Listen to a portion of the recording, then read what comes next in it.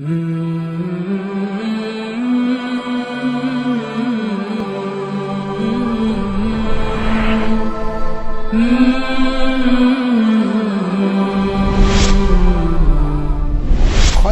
من تعلم القرآن وعلمہ، تم میں سے بہترین وہ ہے جو قرآن سیکھے اور دوسروں کو سکھائے۔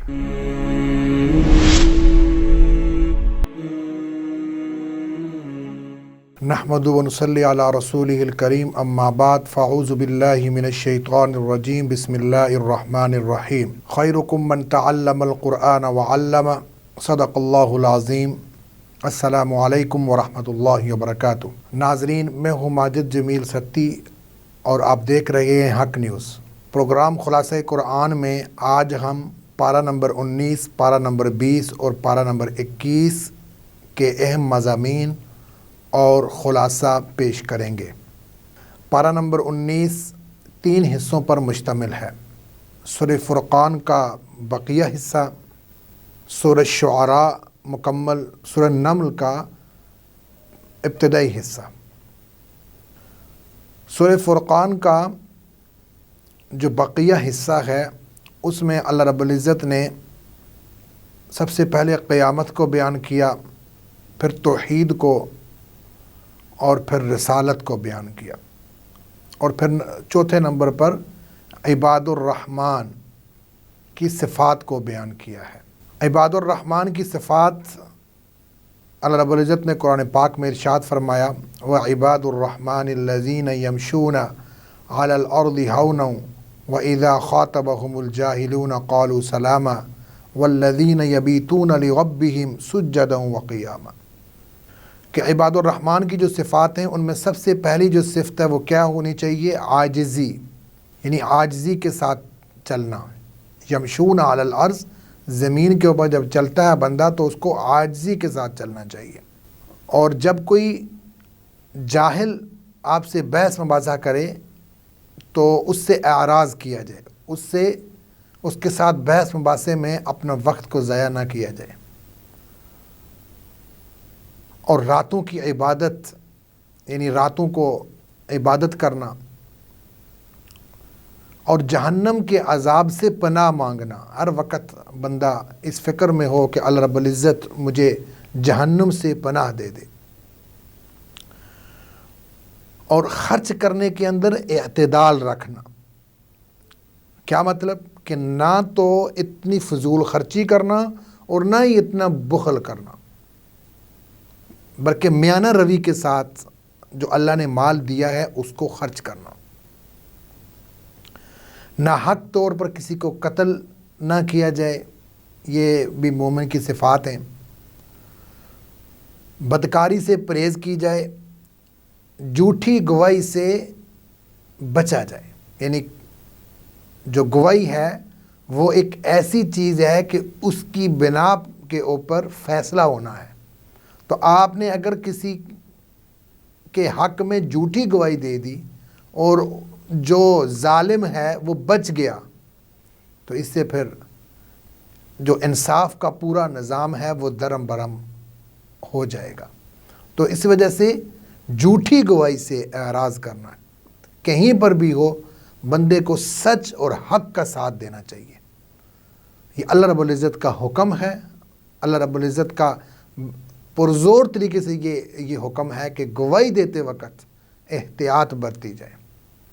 جو بری مجالس ہیں ان میں نہ جایا جائے، اعراض کیا جائے، اور کتاب اللہ کا قرآن زیادہ سے زیادہ پڑھا جائے، اور نیک بیوی اور بچوں کے لیے دعا کرنا کہ قرۃ اعین، یعنی کہ جو بیوی اور بچے ہیں وہ کیسے ہوں کہ جو وہ ہماری آنکھوں کی ٹھنڈک ہوں، ان کے لیے دعا کرنا۔ اس سورہ فرقان میں ہمیں یہ اہم مضامین اور خلاصہ بیان ہوا ہے۔ دوسرے نمبر پر سورہ شعراء۔ سورہ شعراء میں 3 باتیں ذکر ہیں۔ نمبر 1، 7 انبیاء علیہ السلام کا تذکرہ آیا ہے۔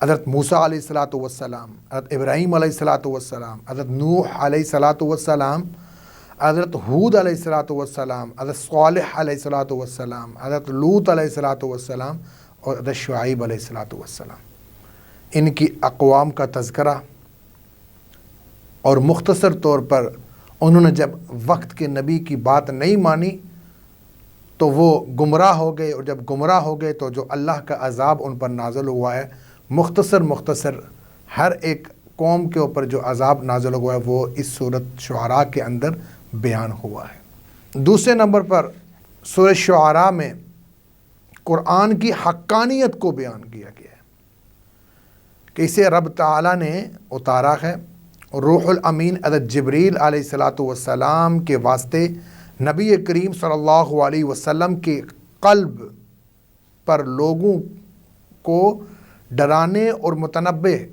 کرنے کے لیے واضح عربی زبان میں اتارا گیا ہے۔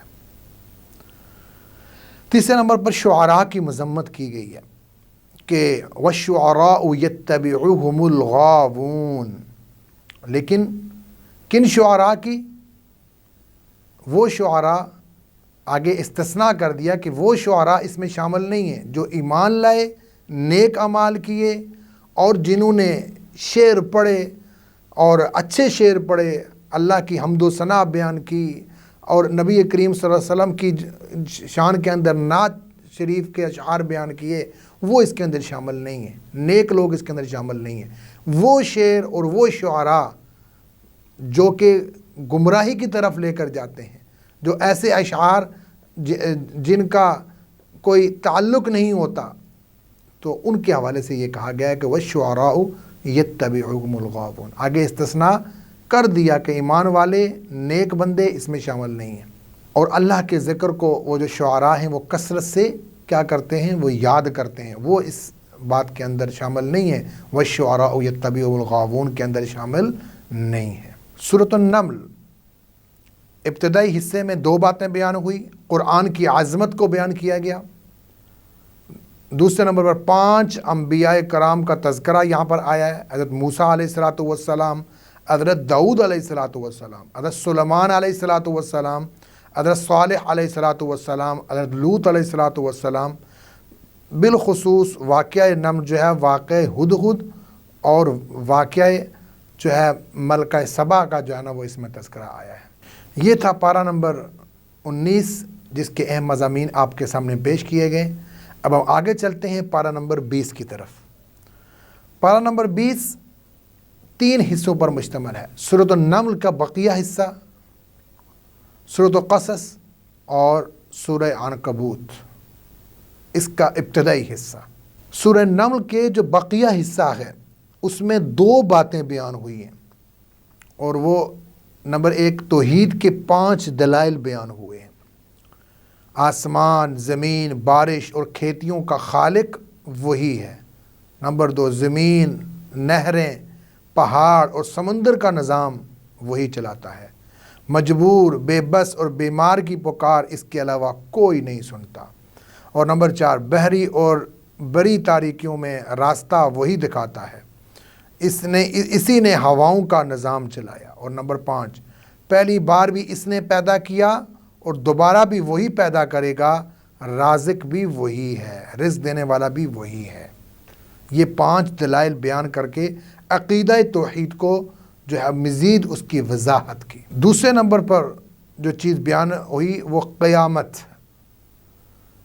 یعنی سور پھونکا جانا، پہاڑوں کا بادلوں کی طرح ہواؤں میں اڑنا، روز قیامت، سب کا جمع ہونا، نیک لوگوں کو ان کی اچھائیوں کا انعام اور برے لوگوں کو ان کی جو برائی ہے اس کا سزا ملنا۔ اس کے بعد دوسرے نمبر پر سورۃ القصص مکمل طور پر 20 پارے میں آئی ہے۔ سورۃ قصص میں 2 باتوں کا تذکرہ آیا ہے، حضرت موسیٰ علیہ الصلاۃ والسلام کا تذکرہ اس میں تفصیل سے ذکر کیا گیا ہے، اور فرعون کا تذکرہ، اور پھر حضرت موسیٰ علیہ الصلاۃ والسلام اور قارون کا قصہ جو ہے اس صورت میں بیان کیا گیا ہے۔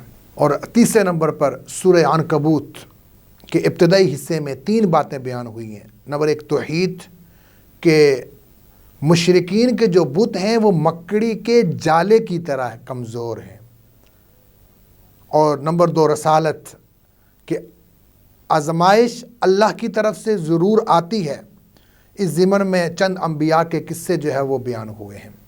اور نمبر 3 قیامت کا تذکرہ یہاں پر آیا ہے کہ قیامت میں کیا ہوگا، اس کا کچھ احوال جو ہے وہ یہاں پر بیان کیے گئے ہیں۔ اب ہم آگے چلتے ہیں پارہ نمبر 21۔ 21ویں پارے میں 5 حصے ہیں۔ سورہ عنکبوت کا بقیہ حصہ، سورہ روم مکمل، سورہ لقمان مکمل، سورہ سجدہ مکمل، اور سورہ احزاب کا ابتدائی حصہ۔ سورہ عنکبوت کا جو بقیہ حصہ ہے اس میں 4 باتیں بیان ہوئی ہیں۔ تلاوت اور نماز کا حکم، اور نماز کی فضیلت کہ یہ برائی اور بے حیائی سے روکتی ہے۔ ان الصلاۃ تنہی عن الفحشاء والمنکر، کہ نماز تو ایک ایسی چیز ہے جو ہمیں بے حیائی اور برے کاموں سے کیا کرتی ہے، روکتی ہے۔ اور تیسرے نمبر پر جو ہے جو ہر درم لوگ ہیں ان کا تذکرہ آیا ہے، اور چوتھے نمبر پر دنیا جو ہے اس کے حوالے سے بتایا گیا ہے کہ دنیا میں کچھ بھی نہیں ہے، دنیا کے پیچھے جتنا ہم پڑے ہوئے ہیں یہ لہو لعب ہے۔ اصل جو زندگی ہے وہ آخرت کی زندگی ہے، دنیا کی زندگی عارضی زندگی ہے۔ کل نفس ذائقۃ الموت، ہر انسان نے موت کا ذائقہ چکھنا ہے، اور ہر ذی روح نے، ہر انسان نے نہیں بلکہ ہر ذی روح نے جو ہے وہ موت کا ذائقہ چکھنا ہے۔ لہذا یہ دنیا کی زندگی عارضی زندگی ہے، اصل اور ہمیشہ نہ ختم ہونے والی زندگی وہ آخرت کی زندگی ہے، اس کی ہمیں ہر وقت تیاری کرنی چاہیے۔ دوسرے نمبر پر سورہ روم اس پارے کے اندر مکمل طور پر بیان کی گئی، اور سورہ روم میں 2 باتیں بیان ہوئی ہیں۔ نمبر 1 2 پیشن گوئیاں، اور پیشن گوئیاں وہ کیا ہیں؟ نمبر 1 9 سال کے اندر اندر روم کے اہل کتاب عیسائی ایران کے بت پرستوں کو شکست دے دیں گے، اور دوسری پیشن گوئی اس عرصے میں مسلمان مشرکین قریش پر فتح کی خوشی منا رہے ہوں گے، اور یہ بدر کی صورت میں ظاہر ہوئی۔ اور دوسری جو چیز یہاں پر بیان ہوئی ہے، توحید کے ضمن میں اللہ کی عظمت کی 7 نشانیاں بیان ہوئی ہیں۔ جو اشیاء ہیں ان کے ازداد سے پیدا کرنا، یعنی زندہ کو مردہ سے اور مردہ کو زندہ سے پیدا کرنا۔ نمبر 2 انسان کی پیدائش مٹی سے ہے۔ نمبر 3 زوجین یعنی میاں بیوی کی محبت یہاں بیان ہوئی ہے۔ زمین اور آسمان کی پیدائش نمبر 4، اور نمبر 5 رات اور دن کی نیند اور روزگار کی تلاش، اور نمبر 6 بجلی کی چمک، بارش اور اس سے غلے کی پیداوار، اور نمبر 7 زمین اور آسمان کا مستحکم جو نظام ہے اس کو بیان کیا گیا ہے۔ سورہ لقمان میں 3 باتیں بیان ہوئی ہیں، اور وہ یہ ہیں۔ نمبر 1 توحید، اللہ کی قدرت کے 4 دلائل یہاں پر بیان ہوئے ہیں۔ بغیر ستون کے آسمان، مضبوط جو مستحکم اور محکم جو پہاڑ ہیں ان کا تذکرہ، رینگنے والے جو مویشی ہیں اور حشرات ہیں ان کا تذکرہ کر کے توحید کے حوالے سے جو ہے وہ بات کی گئی ہے۔ یہ سب کچھ کرنے والی ذات وہ اللہ کی ہے، اور برسنے والی جو بارش ہے وہ نعمت جو اللہ کی ہے اس کا ذکر کر کے عقیدہ توحید کو مزید واضح کیا گیا ہے۔ اور حضرت لقمان کا اپنے بیٹے کو جو 5 وصیتیں تھیں اس کا تذکرہ یہاں پر آیا ہے، اور وہ جو وصیتیں ہیں وہ صرف حضرت لقمان کا اپنے بیٹے کے لیے نہیں، وہ ہم سب کے لیے ہیں۔ نمبر 1 شرک نہ کرو، ان الشرک لظلم عظیم، بے شک شرک جو ہے وہ ظلم عظیم ہے۔ شرک اگر ہوگا تو باقی ہم جتنے بھی عبادت کرتے رہیں اس کا کک فائدہ نہیں ہے۔ شرک نہ کرو۔ شرک جو کیا ہوتا ہے؟ اللہ کے ساتھ کسی کو شریک ٹھہرانا۔ دوسرے نمبر پر اللہ تعالیٰ ہر چھوٹی بڑی چیز اور عمل کو آخرت میں سامنے لے آئے گا۔ اور نمبر 3 نماز، امر بالمعروف نہی عن المنکر، یعنی نیکی کا حکم دینا اور برائی سے روکنا، یہ اس کا مطلب ہے۔ اور آزمائش جب آ جائے، کوئی مصیبت آ جائے تو اس میں صبر کرنا، اس میں ہر وقت شکوہ ہی نہ کرتے رہنا بلکہ اس میں صبر کرنے کا کہا گیا ہے۔ ان اللہ مع الصابرین، عاجزی اختیار کرنا اور تکبر نہ کرنا، اور زمین کے اوپر جو ہے وہ معتدل چلنا، یعنی عاجزی اور انکساری کے ساتھ چلنا، اکڑ کرنا چلنا، اور مناسب آواز میں بات کرنا، بہت زیادہ گلے پھاڑ پھاڑ کر بات نہ کرنا، وَلَا تُسَعِّ خَدَّكَ لِلنَّاسِ وَلَا تَمْشِ فِي الْأَرْضِ مَرَحًا إِنَّكَ لَن تَخْرِقَ الْأَرْضَ وَلَن تَبْلُغَ الْجِبَالَ طُولًا، یہ چیزیں جو ہے وہ یہاں پر بیان ہوئی ہیں۔ وَقْصِدْ فِي مَشْيِكَ وَاغْضُضْ مِنْ صَوْتِكَ إِنَّ أَنْكَرَ الْأَصْوَاتِ لَصَوْتُ الْحَمِيرِ، یہ جو حضرت لقمان نے اپنے بیٹے کو جو وصیتیں دی تھیں اس کا تذکرہ یہاں پر ہے، اور یہ ہم سب کے لیے۔ آگے توحید کے ضمن میں یہ بتایا گیا ہے کہ 5 چیزوں کا علم صرف اللہ تعالیٰ کو ہے۔ نمبر 1، بارش کہاں اور کتنی برسے گی۔ نمبر 2، قیامت کب آئے گی۔ اور نمبر 3، پیٹ میں بچہ کن اوصاف کا حامل ہے۔ اور نمبر 4، موت کب آئے گی اور کہاں آئے گی۔ اور نمبر 5، انسان کل کیا کرے گا۔ یہ صرف اللہ تعالیٰ کو پتہ ہے۔ یہ جو غیب کی چیزیں وہ صرف رب کو پتہ ہیں، مخلوق میں سے کسی کو نہیں پتہ ہو سکتی، مخلوق صرف اندازے لگا سکتی۔ نمبر 4 یعنی چوتھا حصہ جو کہ 21ویں سپارے میں بیان ہوا ہے، وہ سورہ سجدہ مکمل طور پر بیان ہوئی ہے۔ اس میں 4 باتیں بیان ہوئی ہیں۔ نمبر 1، قرآن کی عظمت کو اجاگر کیا گیا ہے۔ نمبر 2، پھر توحید کو اللہ کی نعمتیں گنوا کر جو ہے وہ واضح کیا گیا ہے، اور اس کی مزید تاکید کی گئی ہے کہ یہ سب کچھ کرنے والی ذات یہ کون سی ذات ہے؟ یہ اللہ رب العزت کی ذات ہے۔ نمبر 3، قیامت کا تذکرہ یہاں پر آیا ہے۔ اور نمبر 4، رسالت اور موسیٰ علیہ السلام کو تورات دیے جانے کا ذکر یہاں پر آیا ہے۔ اور پھر اس کے بعد جو صورت آتی ہے سورہ احزاب ہے، اس میں ابتدائی حصے میں 2 باتیں جو ہے وہ جن کا تذکرہ آیا ہے۔ وہ جو 2 باتیں جن کا تذکرہ آیا ہے اس میں نمبر 1، زمانہ جاہلیت میں 3 غلط خیالات کی تردید کی گئی ہے۔ کون کون سے؟ کہ ان کا خیال تھا کہ بعض لوگوں کے سینے میں 2 دل ہوتے ہیں۔ بتایا گیا کہ دل تو بس ایک ہی ہے، یا اس میں ایمان ہوگا یا کفر ہوگا۔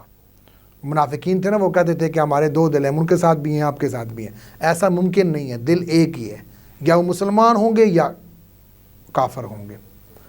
دوسرے نمبر پر جو زہار کے حوالے سے تذکرہ ہے، یعنی اپنی بیوی کو یہ کہنا کہ تو میری ماں کی طرح ہے یا میری بہن کی طرح ہے، تو وہ اس پر حرام ہو جاتی تھی، تو اس کا تذکرہ آیا ہے کہ وہ کفارہ دے کر وہ آپ کے اوپر کیا ہو جاتی ہے؟ حلال ہو جاتی ہے۔ اور تیسرے نمبر پر منہ بولا بیٹا جو پہلے شرعی طور پر حقیقی بیٹے کی طرح ہوتا تھا، اس کی تردید کر دی کہ منہ بولا بیٹا جو ہے وہ حقیقی بیٹا نہیں ہوتا، بلکہ وہ اس کو اپنا جو اصل جو اس کے باپ ہیں اس کے ساتھ اس کو بلایا جائے، پکارا جائے، اور جو حقیقی بیٹے کے جو احکامات ہیں وہ منہ بولے بیٹے کے اوپر لاگو نہیں ہوتے، وراثت میں اور باقی جتنے بھی چیزیں ہیں ان کے اندر نہیں ہوتے۔ تو یہ پارہ نمبر جو 21 تھا اس کے اہم مضامین اور خلاصہ جو میں نے آپ لوگوں کے سامنے پیش کیا۔ اللہ رب العزت سے دعا ہے کہ اللہ رب العزت مجھے، آپ کو، ہم سب کو قرآن و سنت کو سمجھ کر اس پر عمل کرنے کی توفیق عطا فرمائے۔ وآخر دعوانا ان الحمد للہ رب العالمین۔